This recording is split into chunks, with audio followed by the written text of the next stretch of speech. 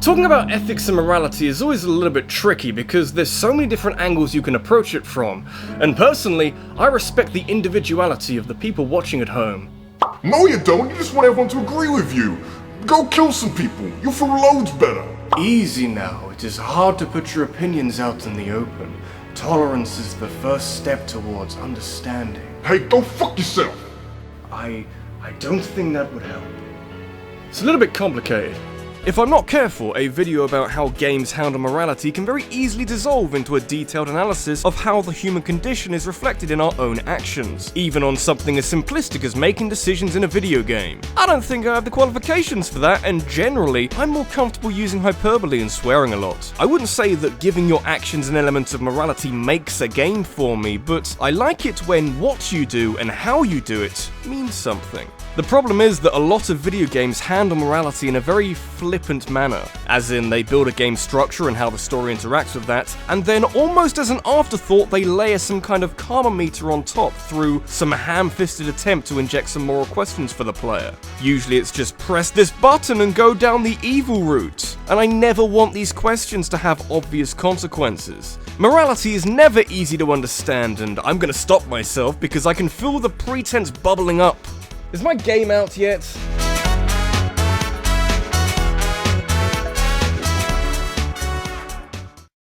Morality systems aren't limited to a particular genre, but you can't deny that some work better than others. Like, you can try and work in some moral ambiguity in your racing game, but it's an uphill battle. RPGs though, now we're talking. They're games where you play a role, one that you've often picked out for yourself so that your adventure is as immersive as possible. Or you can play as a goat. Don't you tell me that goats aren't immersive. I think it goes back to Dungeons & Dragons character creation and those alignment charts you see sometimes. You want to impart some personality on this character you've made. I want to make him an asshole. Bethesda, and by proxy the Fallout games, have had morality systems for some time now. There's lots of clans and factions in these games who are often warring against each other, and as the flexible protagonist who does whatever they want, you can pick whatever side of the conflict you want at any one time, broadening this moral grey area and helping make a more three-dimensional protagonist. Also, you can shoot people sometimes. So Fallout 3 is a really good game, but I kind of don't like how it handles its morality system. A whole load of activities will net either positive or negative karma with benefits and drawbacks to both alignments. Which is fine, but it's a bit rigid. Like, you do a thing and it's either good or bad. It feels a bit too blunt. Fallout New Vegas had the right idea though. Same basic karma system where your actions have an impact on how the world sees you, but now it's far less cut and dry what the game considers good and bad things to do. Whereas before you do one thing that would give you positive or negative karma, Fallout New Vegas documents your actions against how each faction reacts to it, so while killing a guy might be seen as a bad thing by one group of people, another will be like, yeah, fuck that guy, come steal things of us. The difference might be small on the outset, but it feels less like the game is judging you. Rather than pigeonholing you into positive and negative, you end up with a reputation with every faction in the game which feels more appropriate considering the tone, and it's like the game is letting you do what you want. A post-apocalyptic world isn't really a place for heroes.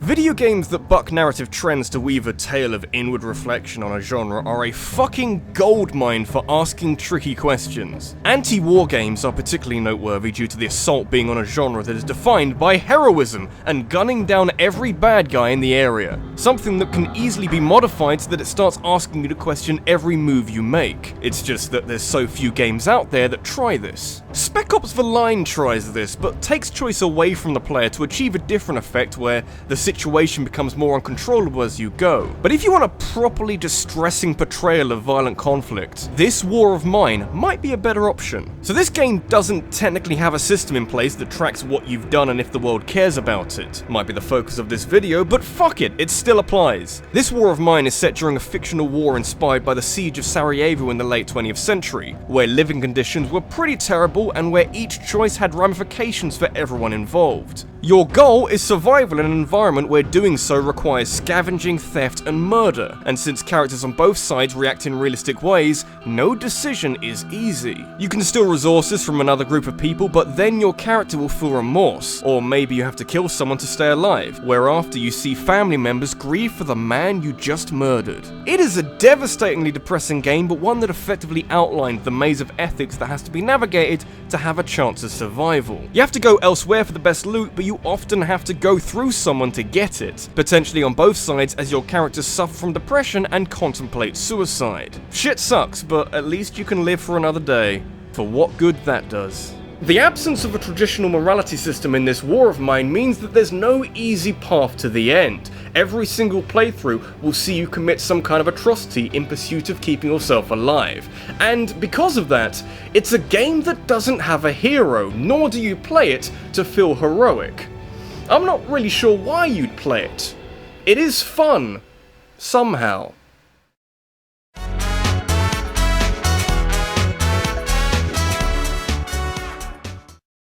In a fantasy setting, it can be a little difficult at times to equate your actions to believable results. You can do a thing which makes this race of deformed creatures mad at you for some reason, and it works if you're invested in this world, but I am a child of the 21st century with the attention span of a fruit fly. I've already forgotten who half of these people are. Luckily for me, and maybe you, the Russians have once again the answer to your problems. This time in the form of some game called Pathologic. It didn't see a worldwide release until 2015, just the 9 years after it first came out in Russia, and it's a little weird. For anyone complaining that I should spend more time talking about games that I've never talked about before, this is for you. I'm not sure how much of this game isn't supposed to make sense, but not a lot of it makes any sense. You journey around this nameless town trying to discover what's causing this plague which is killing a bunch of people, and you need to stay on the good side of the townspeople if you want shelter or food. And this is a wacky place with a room full of dog people. Working out what these people want is like using asparagus to give a weather forecast. What I like though is that upsetting the people around you through what you say and do, whatever that is, acts as an extension of your health. It's like if pissing off the wrong NPC in a Pokemon game meant that you couldn't use the Pokemon Center for a few days. Not to mention that it's evident very early on that you're not much of a hero. It's a plague you're fighting here, and not everyone is going to make it out alive. Might be worth staying alive long enough for the remake coming out before the end of this year. Luckily we don't have some kind of sand plague in the real world. That would complicate things.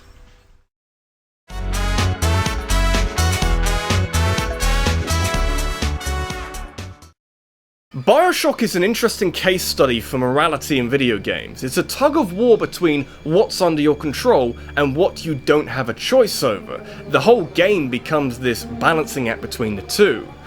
But when you do get some choice, is it as powerful as it could be? Short answer, no, it's not. The main dilemma put at the feet of the player is whether or not to harvest these little girls that are full of this funky genetic substance called Adam, which you can use to power yourself up. You get more Adam for killing the little sisters, but the difference overall is marginal, certainly not worth the moral quandary of being a kinda dick about it. If letting the little sisters live didn't give you any Adam whatsoever, forcing you to beat the game with 0 upgrades, you'd have to think about it a bit more. Do you know what game did this well? Little old Undertale. The benefit of hindsight tells you that you shouldn't even consider treating Undertale like a standard RPG, but when it first came out, it was just another quirky indie RPG. The moral questions come later, sometime after you've killed dozens of enemies either deliberately or by accident, but in the meantime, you're rewarded with the experience you'd expect from an RPG. It helps you grow, makes other battles easier, and it all lines up with ingrained knowledge of how you get shit done. The alternate route, meanwhile, turns the game into some kind of puzzle game where you jump through hoops and dialogue options to keep everyone alive in the hope of getting an ending that doesn't feel hollow. In reality, there's only one path you should be taking, but at the start you don't know that. RPGs have taught me one thing down the years, and that's to kill everything in sight. That's gonna take some serious reprogramming. Maybe dating a skeleton is enough of an incentive to change my ways.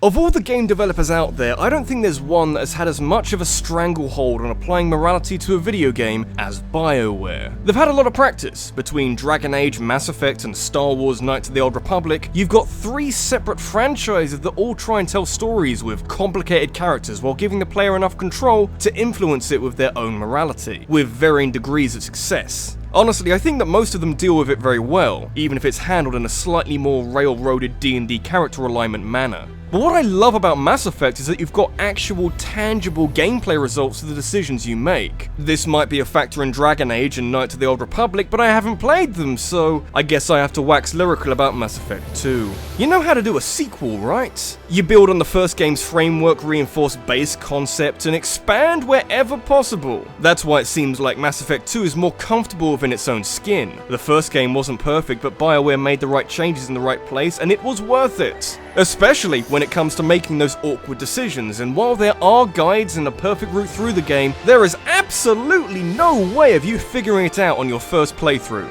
Instead, you're trying to plug leaks and stop things from spiraling out of control while trying to keep everyone happy, and that is quite hard. That in itself will be enough to keep you busy, but you've also got a third act to contend with, and it's fucking majestic. Honest to God, the suicide mission at the end of Mass Effect 2 is maybe the perfect way to end a game like this, where you're given so much choice, because suddenly, all those choices mean something. Every little thing you've done, the characters you've preferred over others, the upgrades you maybe haven't applied, everything you've done in the game up until this point is very important for your success. The game holds you solely responsible for what kind of finale you get, which means that if a character dies, there's a reason for that. Something you did or didn't do that is punished in such an abrupt way. Not to say that it's impossible. Even playing the game like a dick won't be an impenetrable roadblock to success, but it certainly makes things consistently interesting.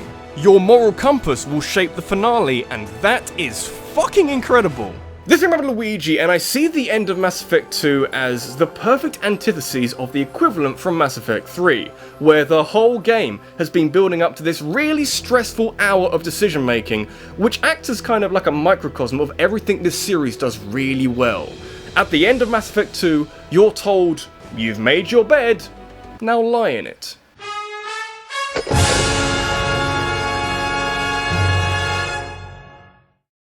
Have you got an idea that you'd like me to turn to a countdown? Let me know in a comment down below, and make sure you check out my Twitter, where I'll be turning the best submissions into a poll where you can then decide the best topic.